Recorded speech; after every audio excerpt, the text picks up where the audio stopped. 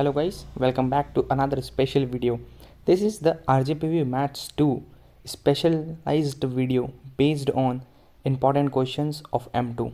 M2 मेरे हिसाब से पूरी इंजीनियरिंग का सबसे ख़तरनाक सब्जेक्ट माना जाता है और उसमें काफ़ी सारे मेरे दोस्तों को भी बैक लगी है. तो this video is specially design for the backlog student जिनका पेपर अभी February 25 को शायद सर है. तो उस पेपर के लिए उनको क्या क्या टॉपिक्स प्रिपेयर करके जाना है, क्या उनकी स्ट्रेटेजी होनी चाहिए, कौन सी यूनिट्स उनको प्रिपेयर करना है और कम से कम पढ़ के वो ज़्यादा से ज़्यादा मार्क्स या पास होने जैसा काम कैसे कर पाएँ. तो this video is specially for the backlog student. और ऑल्सो अगर आप M2 का नॉर्मल पेपर भी दे रहे तो ये सारे क्वेश्चन ये सारे टॉपिक आपको पढ़ के जाना चाहिए. तो वीडियो में मैं यूनिट वाइज बढ़ने से पहले आपको वार्न कर दूं कि यूनिट नंबर 1, 5 और 4 पे आप ज़्यादा फोकस करेंगे. यूनिट 1, 5 और 4 अगर आप कर लेते हैं तो मैक्सिमम चांस है आपके कि आप पास हो पाएंगे. क्योंकि क्या होता है, देखो मैं कैलकुलेट करके दिखा दूँ. क्या होता है कि यूनिट 4 और 5 generally consist of 3 question. Out of you have to attempt 5 question, उसमें से 3 क्वेश्चन तो है जो यूनिट 5 और 4 से मिल जाएंगे आपको. तो 3 क्वेश्चन यहाँ से हमारे कवर हो जाते हैं. और उसके बाद जो हमारा यूनिट नंबर 1 है उसको हमें अच्छे से करना है क्योंकि कम से कम एक क्वेश्चन तो यहाँ से यूनिट 1 से आएगा ही आएगा. तो अगर एक क्वेश्चन हम यूनिट 1 से बना लेते हैं और 3 क्वेश्चन अगर हम बना लेते हैं यूनिट नंबर 4 और यूनिट नंबर 5 से, तो हमारे 4 क्वेश्चन कवर हो जाएंगे. 4 क्वेश्चन, और 4 क्वेश्चन बहुत बहुत बहुत ज़्यादा होते हैं. तो अगर 4 क्वेश्चन पे अगर हम करते हैं तो 4 × 14 करें तो 56 marks and they are enough enough enough more than enough. अगर उसमें से आधे मार्क्स भी अगर हमारा एग्जामिनर काट लेता है तो भी हमारे पास होने की बहुत अच्छी गुंजाइश होगी. तो हम सीधे बिना किसी देरी के यूनिट नंबर 1 पे जाते हैं. यूनिट नंबर 1 में मैंने कुछ क्वेश्चंस लिख रखे हैं, जैसे कि CFPI के आपको सारे केसेस करने हैं. स्टार्टिंग के केसेस पे आपको ज़्यादा फोकस करना है. सेकंड आता है लिब्नाइट, एग्जैक्ट और बर्नौलीज थ्योरम जो है उसमें आप बर्नौलीज को स्किप भी कर सकते हैं, बाकी लिब्नाइट और एग्जैक्ट तो आपको करना ही करना है. थर्ड है कॉशीज होमोजीनियस इक्वेशन, ये वेरी मोस्ट इंपॉर्टेंट है. फोर्थ जो साइमल्टेनियस डिफरेंशियल इक्वेशन है आप इसको छोड़ भी सकते हैं, स्किप भी कर सकते हैं. बाकी स्टार्टिंग के 3 क्वेश्चन आपको डेफिनेटली यूनिट 1 से करके जाना है. अब मैं यूनिट नंबर 2 ना लिखते हुए यूनिट नंबर 5 लिखा है क्योंकि हम यूनिट 5 और 4 पहले करेंगे. ठीक है, तो यूनिट 5 से हमें क्वेश्चन मिल जाएगा ग्रेडियंट, डाइवर्जेंस और कर्ल और डायरेक्शनल डेरिवेटिव. ये जो 4 टॉपिक है क्वेश्चन नंबर 1 और 2, ये 5-5 मिनट का टॉपिक है, तो इनको बिल्कुल स्किप मत करना. छोटे टॉपिक है, आसानी से क्रैक हो जाएंगे. उसके बाद हमारा थर्ड क्वेश्चन आता है surface integral and volume integral. दोनों एक जैसे. सरफेस इंटीग्रल में आपको सरफेस इंटीग्रेशन निकालना होता है और वॉल्यूम इंटीग्रल में ट्रिपल इंटीग्रेशन वाला सॉल्व करना होता है. ठीक है, और स्टोक्स और गॉस थ्योरम बेस्ड ऑन है सरफेस इंटीग्रल और वॉल्यूम इंटीग्रल पे. तो थर्ड और क्वेश्चन आप जब भी करें तो साथ में करने बैठे. ठीक है, अगर आपको सरफेस इंटीग्रल आता है तो स्टोक्स थ्योरम आसानी से हो जाएगी, वॉल्यूम इंटीग्रल आता है तो गॉस थ्योरम आसानी से हो जाएगी. तो ये तो आपको करके जाना ही है यूनिट 5 से. उसके अलावा यूनिट 5 में लाइन इंटीग्रल भी है और कुछ और क्वेश्चंस भी है जो आप ऊपर ऊपर से देख लेना. बाकी स्टार्टिंग के 4 क्वेश्चन आपको 100% करके जाना है. ठीक है, यूनिट 5 फिर भी आप अच्छे से करिए क्योंकि हम मान के चल रहे हैं कि यूनिट 5 और 4 हम पूरी करके जाएंगे. ठीक है, तो ये क्वेश्चन आपको करना ही करना है. उसके अलावा आपको देख लेना कि कौन से क्वेश्चन करना है या नहीं करना है, जो बार बार पेपर्स में आए हुए वो क्वेश्चन. ठीक है, तो ये जो क्वेश्चन है ये यूनिट 5 से आपका काम बना देंगे. ठीक है, अब यूनिट नंबर 4 पर अगर हम चलें तो यूनिट नंबर 4 जो है वो हमारी कॉम्प्लेक्स नंबर की यूनिट है, कॉम्प्लेक्स वाली. तो इससे आपको एनालिटिकल फंक्शन, होमोजीनियस फंक्शन कैसे प्रूफ होते हैं ये करना. ये छोटी छोटी स्टेप्स से उससे हो जाएंगे. कोशीज रेमान इक्वेशन और कोशीज इंटीग्रल फार्मूला, ये बहुत ही इंपॉर्टेंट क्वेश्चन नंबर 2 और क्वेश्चन नंबर 3 बहुत इंपॉर्टेंट है. ये दोनों क्वेश्चंस तो आप 100% करके ही जाइएगा. ठीक है, उसके बाद रेसिड्यू थ्योरम, रेसिड्यू और रेसिड्यू की एप्लीकेशन, ये भी आप कर लें क्योंकि ये यहाँ से कभी कभी एक क्वेश्चन आ जाता है. और ये क्वेश्चन अगर हमारे क्वेश्चन नंबर पेपर का जनरली क्वेश्चन नंबर 5th या 6th होता है, तो ये हमारा क्वेश्चन बनना चाहिए कि हम यूनिट 5 और 4 तो पूरी करके जा रहे हैं. ठीक है, और एक्स्ट्रा टॉपिक्स आप यूनिट 4 के देख लेना. बाकी पर ये स्टार्टिंग के जो 4 क्वेश्चन है ये आपको करना ही है.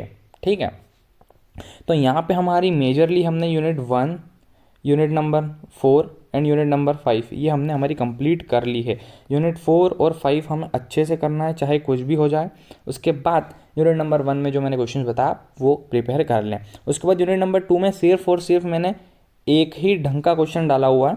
उसके अलावा ये तो आप स्किप भी कर सकते हैं, पावर सीरीज वाला क्वेश्चन. अगर क्वेश्चन नंबर 1 की बात करूँ मैं तो सेकंड ऑर्डर डिफरेंशियल इक्वेशन, इसके अंदर 4 केसेस होते हैं. अगर आप भूल गए हो तो मैं बता दूं 4 केसेस कौन कौन से होते हैं. एक हमारा वो होता है इंस्पेक्शन मेथड, दूसरा हमारा वो होता है क्या बोलते हैं, एक वेरिएशन ऑफ पैरामीटर है, एक बाय एलिमिनेटिंग द वो डिफरेंशियल इक्वेशन वाला क्वेश्चन है। तो ये जो 4 केसेस थे वो बहुत ही इंपॉर्टेंट केसेस है। उसमें जो 4th वाला केस है वेरिएशन ऑफ पैरामीटर, ये तो आपको करना ही करना है, ये तो बहुत ही इंपॉर्टेंट है। तो वो चारों केसेस देखें आप, अगर वो 4 केसेस भी आपसे नहीं हो पा रहे तो ये क्वेश्चन हम जो मेथड नंबर 4 थी हमारी वेरिएशन ऑफ पैरामीटर, वो तो आपको करना ही है चाहे कुछ भी हो जाए। और पावर सीरीज अगर आप स्किप करना चाहते हैं तो कर भी सकते हैं। तो मतलब यूनिट 2 से सिर्फ हमारे पास एक ही क्वेश्चन मैंने बोला है जो 4 केस मेथड्स है सेकंड ऑर्डर सॉल्व करने की, वो आपको करना ही करना है, ठीक है। अब यूनिट नंबर 3 पे जाते हैं तो यहाँ पे भी आपको सिर्फ और सिर्फ 3 क्वेश्चन मिलेंगे। इसमें भी CFPI होता है जो कि हमारे यूनिट 1 में होता है, सेम वैसे ही होते हैं, थोड़ा बहुत डिफरेंस आता है। तो ये वाला क्वेश्चन आप इजीली कर पाएंगे।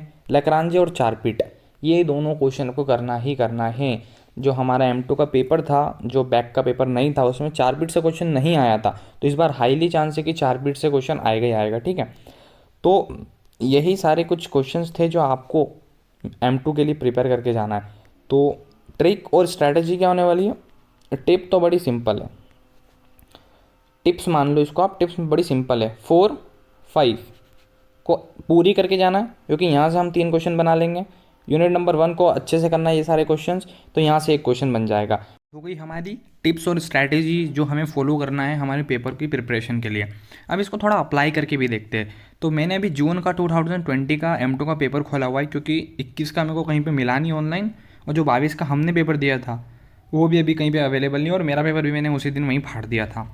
तो 2020 का जब भी अवेलेबल हो पाया तो इस पर अपन स्ट्रैटेजी अपनी अप्लाई करके देखते हैं कि अगर ये वाला पेपर आता है और हमने जो स्ट्रैटेजी के अकॉर्डिंग पढ़ा है तो हम कितने मार्क्स लेके आ सकते हैं। तो वो पेपर करने की सबसे बेहतरीन टेक्निक ये है कि आप सबसे पहला क्वेश्चन पढ़ें, उसके बाद सीधा लास्ट क्वेश्चन पे पहुंच जाएं। तो यहाँ हम देखते हैं सबसे पहला क्वेश्चन। तो पहला क्वेश्चन हमें मिलता है यहाँ पे, जो कि सॉल्व द डिफरेंशियल इक्वेशन। ये वाला जो क्वेश्चन है ये सीधा सीधा आपका CFPI है फर्स्ट यूनिट से, जो मैंने बोला इंपॉर्टेंट है। सेकंड क्वेश्चन भी CFPI का क्वेश्चन है। तो दोनों यहाँ से CFPI के क्वेश्चन हो गए आपके। ये CFPI का सेकंड केस शायद, और इसमें तो PI निकालना ही नहीं फर्स्ट क्वेश्चन में। तो 2 सिंपल क्वेश्चन फर्स्ट क्वेश्चन से हो गए। तो एक क्वेश्चन हमने यहाँ से बना लिया, जैसे हमारी स्ट्रैटेजी के अंदर हमने फॉलो किया था। अब सीधे अपन चलते हैं यूनिट नंबर मतलब पीछे आना है। तो ये यूनिट हमारी 4th और 5th होगी। तो अगर क्वेश्चन नंबर 8 देखें हम, तो डाइवर्जेंस ऑफ कर्ल एफ निकालना है। मतलब एक वेक्टर दिया हुआ, पहले उसका कर्ल एफ निकालना है और फिर उसका डाइवर्जेंस निकालना है। मतलब एक बार वेक्टर प्रोडक्ट, एक बार स्केलर प्रोडक्ट। तो डाइवर्जेंस और कर्ल तो आपको देख लेना, छोटे छोटे टॉपिक है। और उसके बाद ये वाला क्वेश्चन भी हम बना पाएंगे। और ये जो बी पार्ट है यूनिट 1 का है। अब मेरे को आप बताना ये कौन सी मेथड से सॉल्व होगा, ठीक है। या इसमें लिबनाइट लगेगा, या एग्जैक्ट लगेगा, या फिर कौन सा CFPI लगेगा, वो आप लोग बताओगे। पर हाँ, ये है अपनी स्ट्रैटेजी के अंदर से, ठीक है। अब हम स्ट्रेट अवे बात करते हैं क्वेश्चन नंबर 4 पे। तो एनालिटिकल और हार्मोनिक फंक्शन पूछा, यूनिट नंबर 4 का है।